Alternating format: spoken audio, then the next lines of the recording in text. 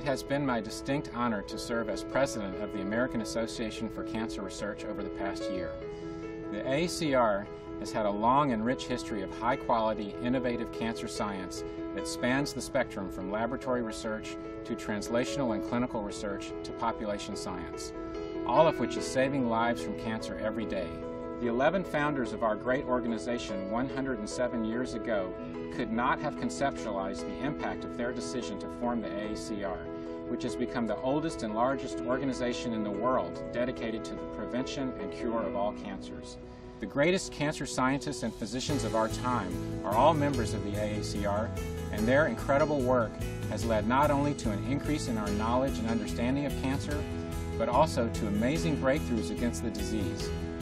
AACR members are harnessing this knowledge to target cures, extend lives, and give new hope to cancer patients and their families.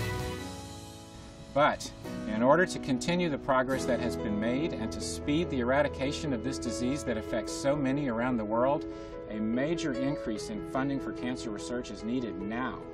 This funding will keep our laboratories alive, maintain our pipeline of young investigators in the field, and find new cures for cancer.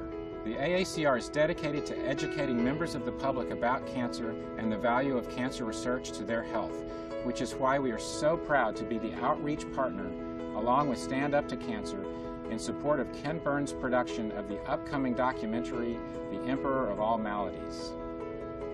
Hi, I'm Ken Burns, executive producer of the new film, The Story of Cancer, The Emperor of All Maladies. This 3-part, 6-hour series will air on PBS in 2015. Based on the Pulitzer Prize-winning book, The Emperor of All Maladies by Dr. Siddhartha Mukherjee, it will be the most comprehensive film ever made about the disease, its past, its present, and its future. We go back in time to explore the great medical detective story that has led us to this moment of tremendous promise in cancer research. I'd like to thank Dr. Margaret Foti and the American Association for Cancer Research for their contributions to this important documentary.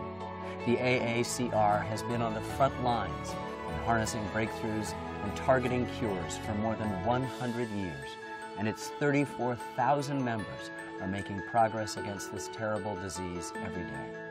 I am honored to tell this story, the history of cancer, the future of cancer, your story. And now we'd like to show you a quick trailer for our film.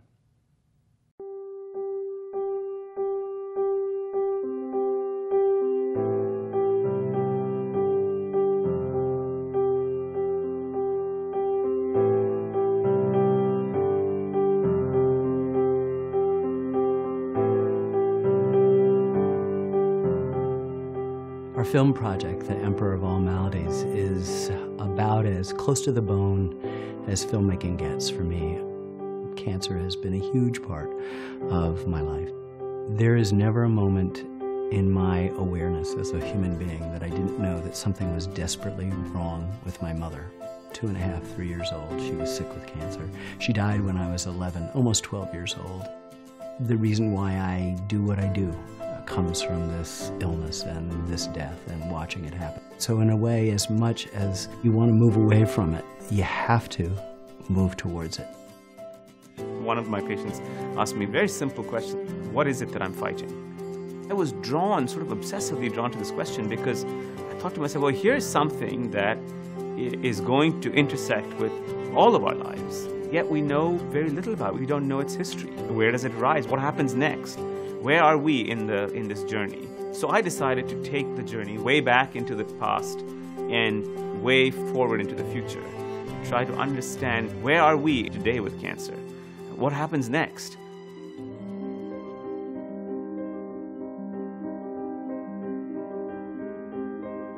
When I was growing up, I had an aunt who developed cancer, and she was hidden in the attic. People were ashamed if they had it. Nobody wanted to be seen if they had it.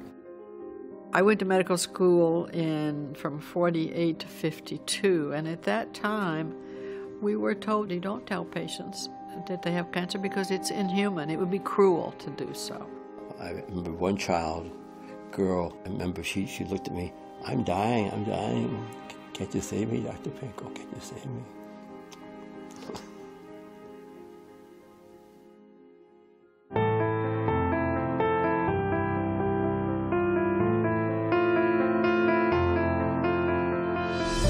If I try to put myself back in my early training in medicine and imagine the world that we're entering now, this path toward rational treatment for cancer, it's a totally different language. We weren't even close to being able to imagine it. Mr. May. Hello, Dr. Rosenberg. Oh, great to see you. Good to see you, too. I knew somebody, somewhere, has got to be working on something that can beat this. And it looks like virtually everything is gone. You've saved my life, and I just feel like I feel so lucky.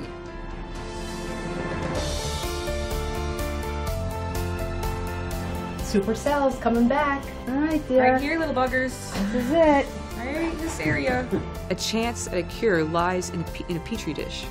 I can't imagine for any of us to be able to do this job in a sustained way without having the ability to find what is hopeful in every situation.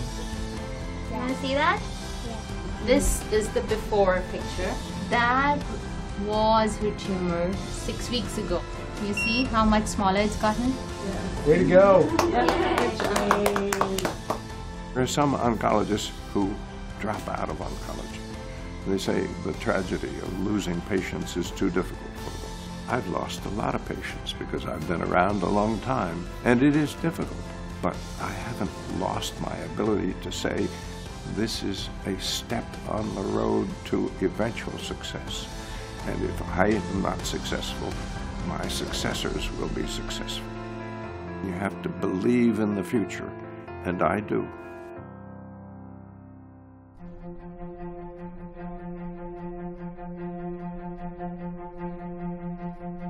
I'm not a scientist. I don't know whether this will all pan out, but there's a sense, a kind of palpable energy and excitement that we may be on the cusp of some significant changes, some significant breakthroughs, some new and radical therapies and treatments that will change our relationship to the disease. Make no mistake, this is one of the most significant human challenges in our history. But I think we're sitting in an extraordinary moment because we finally are beginning to understand what causes cancer at a cellular or molecular or genetic level in a way we just did not know 10 years ago or even 5 years ago. You look at what's going on with cancer right now, it's stunning. It is exhilarating to see the understanding of cancer that's piling up, to see the early drugs that are being developed. If you were expecting cures for cancer next week, it just can't happen that way. But on the other hand, if one looks at what's going on, one has to be enormously optimistic at the progress. It's not fast. It's not easy. Sometimes we think we know the answer and we don't. And then we get corrected. But we know we're on the right path. Every field in medicine has had a moment in history that has been transforming. The moment where the knowledge that was required to change the field became available. This is the moment for cancer. It's happening.